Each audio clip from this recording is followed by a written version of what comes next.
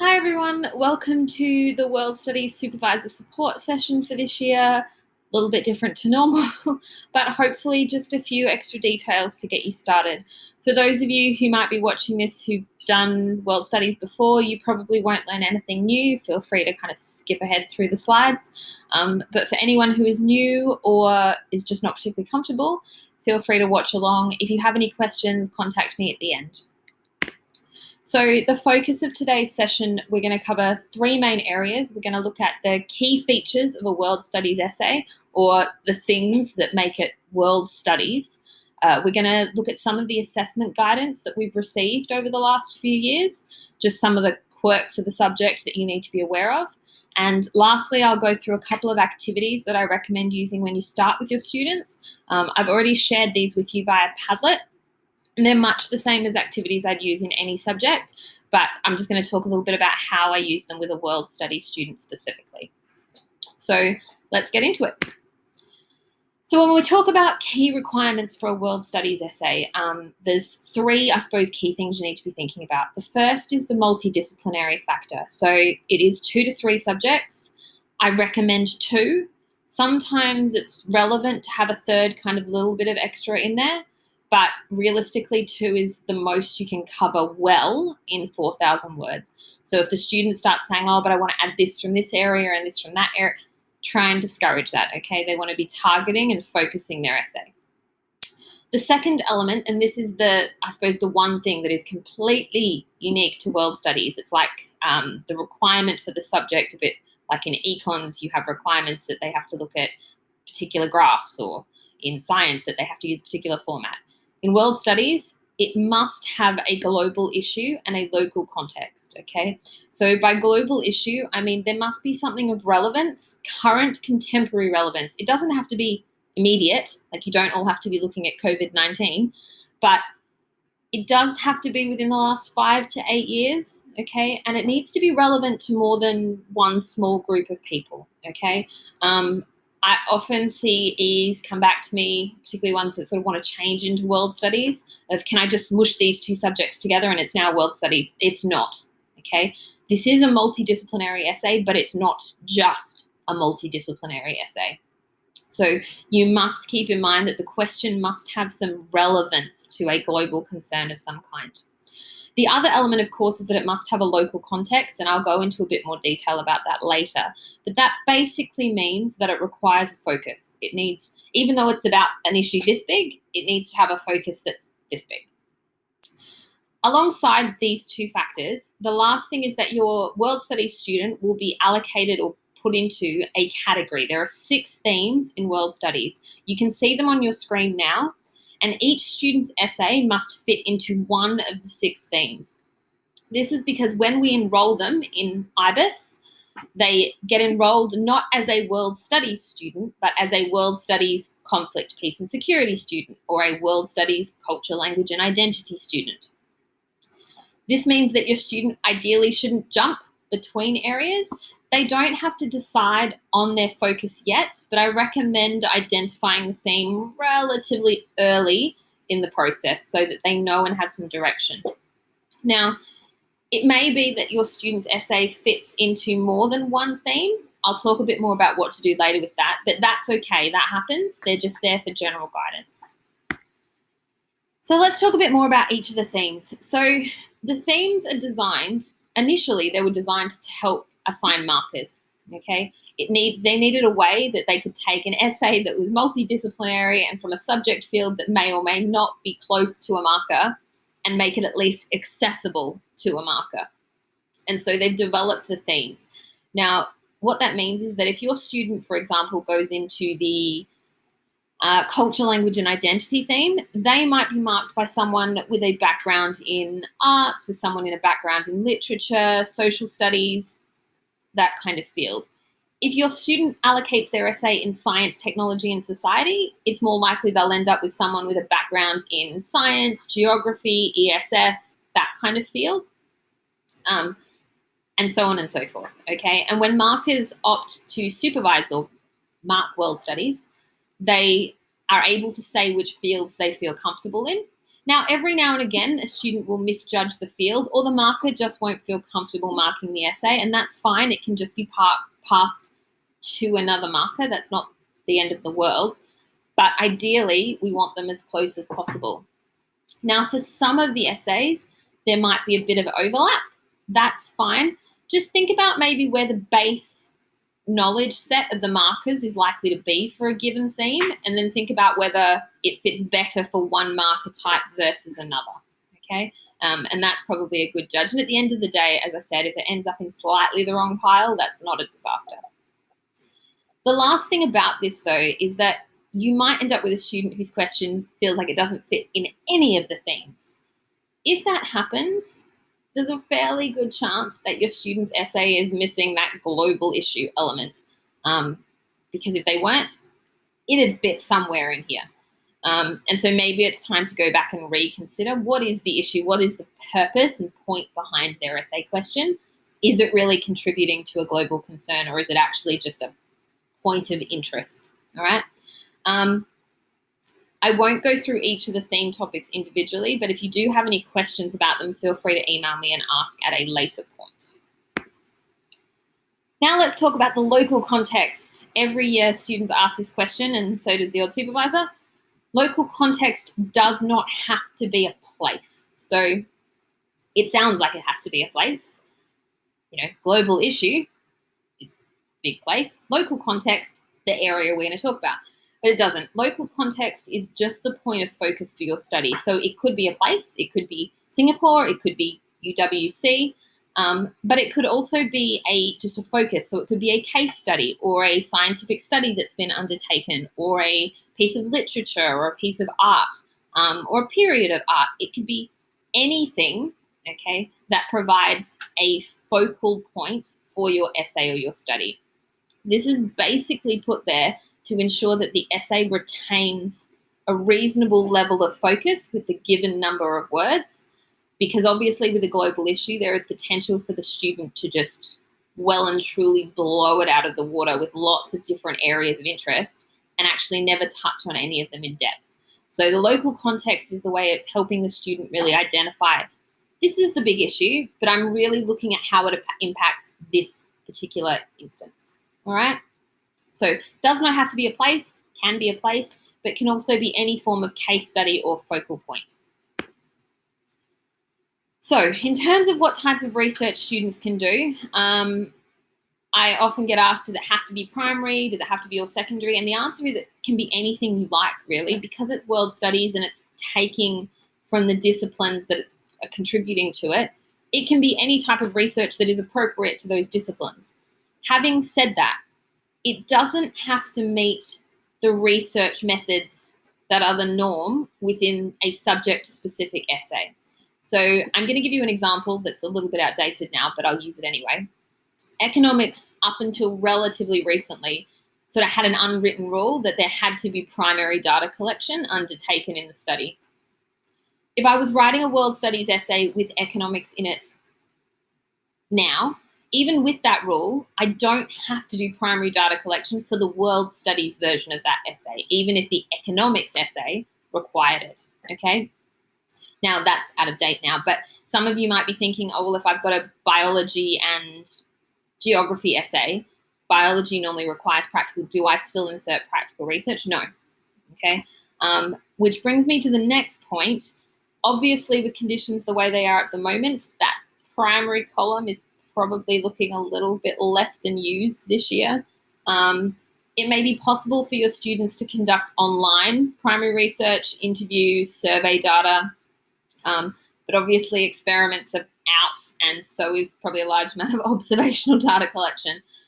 So just keep in mind when guiding your students that when they're really setting up their method, they need to be thinking about what is the method. And this is probably a key point or key moment to point this out. In your world studies essay, you really need to highlight after your introduction the method. How are they conducting their research? And where are the subject influences coming into the conduction of that research? So if we think about a geography and, let's do geography and bio essay, You need to outline why those two subjects contribute, what areas or concepts from those two subjects are contributing, and then what method of study has been undertaken. So have they done surveys? Have they conducted experiments? Have they primarily used academic journals? So that the marker can then go on and say, okay, here's where the two subject fields have come in, and this is where we're going. If you have any question about the viability of the research, please feel free to touch base. But like I said, an honest conversation with students about the limitations of primary research this year is probably quite important up front. So these are some things that I often tell students that they need to think about when I do the World Studies info session for them. It's common for them to really be concerned about how much of each subject they need to put into the essay. And my answer is it doesn't have to be even. It can't be obnoxiously one-sided. So I usually say ideally no sort of more unbalanced than 30 to 70, okay? Because after that point, it kind of becomes an economics essay where they threw in some psych as opposed to a multidisciplinary essay using two fields, okay? But it certainly does not have to be 50-50. You do need to make the subject theory clear in the introduction and the method and throughout the essay. The key to succeeding in a world studies essay is to be flagging where the subjects are popping in. Because remember, the marker isn't necessarily familiar with both or either. And so the student really needs to flag to them. So this is where biology is fitting in. You know, this is where economics theory contributes. And obviously it doesn't have to be as direct as that, but just really kind of waving those flags for the marker so that they can see. And the last part, of course, of that is that they need to be using their subject-specific tools, theories, and language. Now, the first thing I make every student with world studies that I supervise do is go and get the curriculum for the two subjects that they are going to use. They may or may not already have access, and if they don't have the subject, they definitely won't. I've shared with you on the Padlet a link to the curriculum folder that I have in Google, and you can access all of the curriculum lists, or basically the subject guides for every subject, so that the student can take that, because that allows them to go, okay, here's content theory, which bits might fit into my subject, and then go and delve into those areas a little bit more. On that note, if they're taking a subject in their world studies that they don't take as an IB subject, I also recommend that the student go and check out a textbook. Obviously, that's a little bit challenging at the moment, but if you find digital copies or if they know people with versions, maybe suggesting they get a hold of them is a good idea. The next thing you need to think about is, I suppose, what the context is going to be. They need to keep that local focus or that local context at the forefront of their essay. Students occasionally get carried away by the issue and forget the focus. It needs to be kind of the point of the essay. But throughout, and especially at the end, they also need to then connect that context back to the global issue. So I've come to the conclusion that the effect of this company's action on this community is ABC. We could then assume that this might occur in these other situations. Okay, so taking the conclusion they've reached, what are the implications to the wider community? And lastly, common question is referencing. Theoretically, or technically, I suppose, with the IB, there is no requirement for a fixed form of referencing, but we've had some issues in the past with examiners and chief examiners who weren't necessarily familiar with other modes of referencing. And so APA is preferred for world studies at this point. If you don't know how to use APA referencing, that's fine. The students will be getting some support on that. But there's also a link in the Padlet to the referencing guides that the library provides. So let's talk about the assessment guidance. So we've had a few bits of assessment guidance come back in the form of examiners' reports, and I've included an examiner's report into your support resources, but some things that need to happen. The student needs to absolutely identify their chosen subjects. Like their introduction should say, I'm going to consider this question from the perspectives of biology and psychology. Absolutely blatantly stated. The topic must be contemporary, like I said before. The maximum time span is the student's lifetime. I recommend slightly more contemporary than that, but 8 to 10 years is kind of a nice balance. The subjects involved must be within the IB subject range. Every year there's 1 or 2 students who kind of want to do anthropology or law. Not allowed. It must be, even if it's not a subject the student is taking, it must be a subject that the IB offers. The local context and global issue must be identified and developed. So there is no point just going, here is my context, here is my issue in the introduction, and then forgetting about them for the duration of the essay. Often what we'd see here is the student might then go on to spend the entire essay talking about the local context and never mention the global issue ever again. They need to constantly be making that connection, like I said before, particularly in the conclusion. The introduction or the methodology, and it can go in either, needs to explicitly state why the student chose to do a multidisciplinary essay. So why did they choose to do economics and psychology rather than just psychology? Okay, now this is sometimes a bit tricky, particularly if the student has chosen world studies because they didn't get their first, like their one, or in the case of the sciences this year, they've chosen, say, chemistry, and they wanted to do chemistry and can't do chemistry because of the no prac requirements. And so they're like, well, I chose it because I couldn't. Don't say that. But really, the student needs to be breaking down what is the value of a multidisciplinary approach is basically what the examiner is looking for. Why is it helpful to see 2 perspectives rather than 1? There needs to be a method section, a clear methodology section up front that explicitly states what the student is doing. It doesn't need to be long, and I know I sometimes get questions from supervisors in different fields because methodologies obviously look different in different types of research writing and essays. This is not a methodology necessarily like, say, a science essay, although there's no reason you couldn't do that. But the basic key to the methodology is that the student must explicitly identify the subjects, the concepts, theories, tools being used from those subjects, and the data collection method, whether it be secondary, primary, why they've chosen it, etc. Okay? The students should use clear theory and language from their subjects, and I recommend, like I said, the textbook, the curriculum, and it doesn't hurt. I'd sometimes get my students to give me a copy of a glossary that they've either found or created. That's helpful for the supervisor because you're probably not an expert in both fields, if either field. And so having the student provide you with that sort of list of terminology means you've got something to look for when you read their essay. And lastly, their students need to keep in mind that the sources need to be high quality academic sources. There's been increasing push in the marking and EEs to be seeing research that is not just general Google articles and things. They're really looking for university level academics at this point. So thinking about it and then really critiquing it. So last part of this, just a few things to get you started when you are working with your student.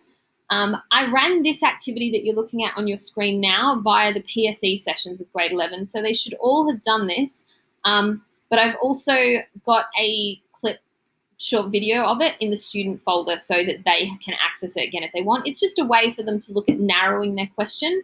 World studies, I find, particularly ends up with questions that are ginormous, and just finding that way to narrow it down, particularly because they've got 2 subjects to pick from and usually a massive global issue to deal with.